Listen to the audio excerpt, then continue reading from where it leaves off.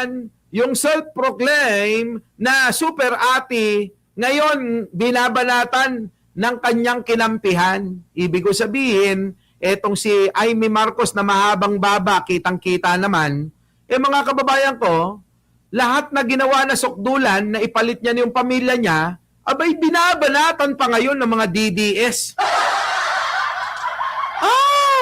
Ganun po ngayon mga kababayan ko ha. Tignan nyo to mga kababayan ko ha. Nako, eto. Tignan nyo. Ayan, Inday Sara. Tignan nyo mga kababayan, buhayin natin to. Kawawa naman yung kaibigan natin. Nagiging irrelevant na.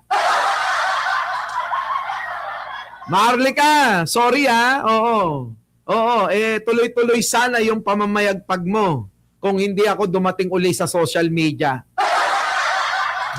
Kaya lang, yan nga lang yung sinasabi ko lagi sa inyo, ang laban sa social media, hindi lang puro bunganga. Ginagamitan ito ng matalas na isip at diskarte na natutunan ko sa aking mga karanasan. Oo, kaya kayo tignan nyo. Diba? Naisip nyo ba yung sinasabi ko sa mga matatagal na rito? Alam nyo yan. Ito na. Ultimo mga kababayan ko, ultimo ho, si Manang Amy, nako, na pinagpalit na ho yung pong kanyang pamilya para ho dito sa kulto ni Duterte. Wala na, ngayon siya na ho yung binabanatan nila.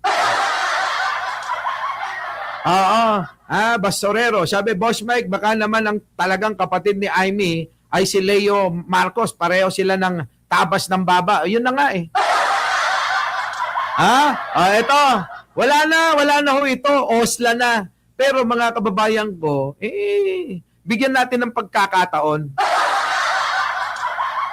Sabi nga, mga kababayan ko, lahat po ng mga nandiyan dyan sa social media, merong gamit, mga kababayan, para sa lahat ng mga, pakikipaglaban. May gamit yung mga yan, maniwala kayo. Kailangan lang nating isipin, gamitin, kung paano natin isisiksik, isasalansan yung pong mga katangian ng bawat vlogger sa ating mga kalaban.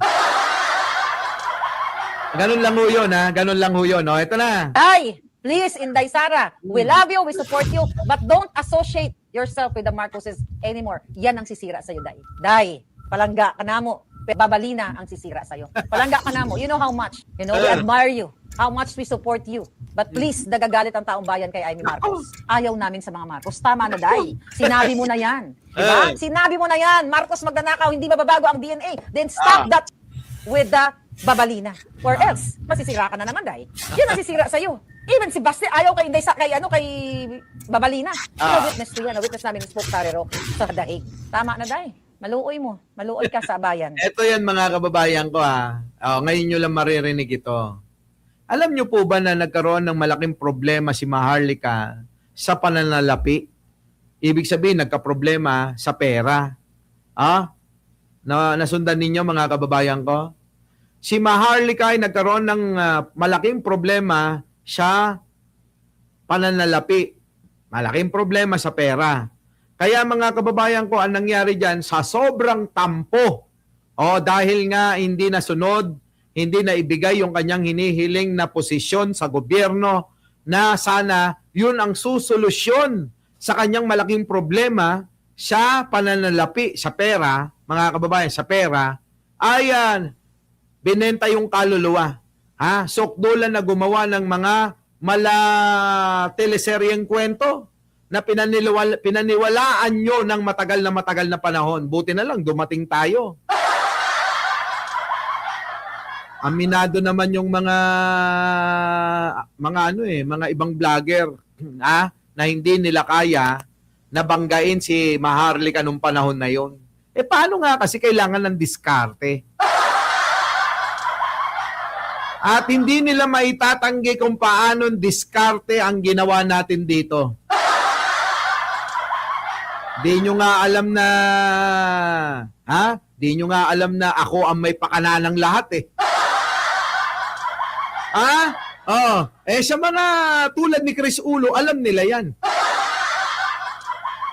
Na hanggang ngayon hindi pa rin nakukuha yung pamasko ni Chris Ulo kay Ninong Martin niya.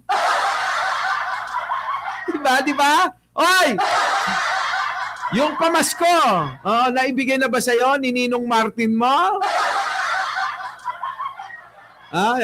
Hindi naman rin yan dito sa Amerika. Talaga ba? Nako, ewan ko. So ngayon, mga kababayan ko, pakibati naman si Chris Ulo para sipagin sa Bingador mag-live ito. Ay, kasabayan nga pala ng live natin ang channel ng Bingador, mga kababayan ko, ha? Ngayon, mga kababayan ko, eto. Paano na si Manang Aimee sa kabila ho ng kanyang sa kabila ng kanyang pagpupursige na isiksik yung sarili niya sa kulto ni Duterte? Mukhang si Manang Aimee, mukhang nagataan ni Duterte, ano?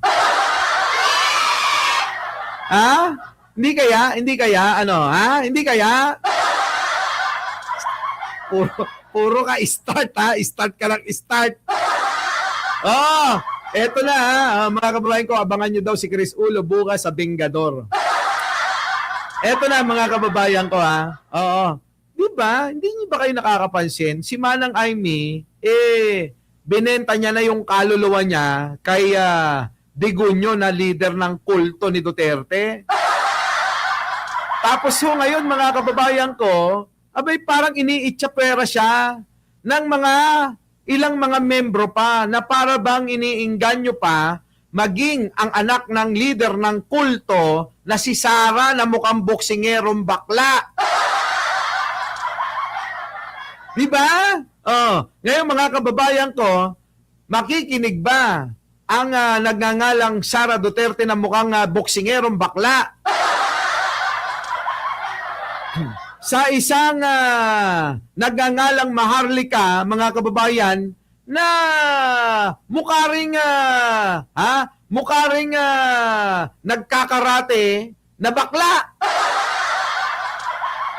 Diyan, mga kababayan, magkakaalamanan kung meron ka pa bang papel, Maharlika. Eto, binibigyan na kita ng pagkakataon para sumikat ka.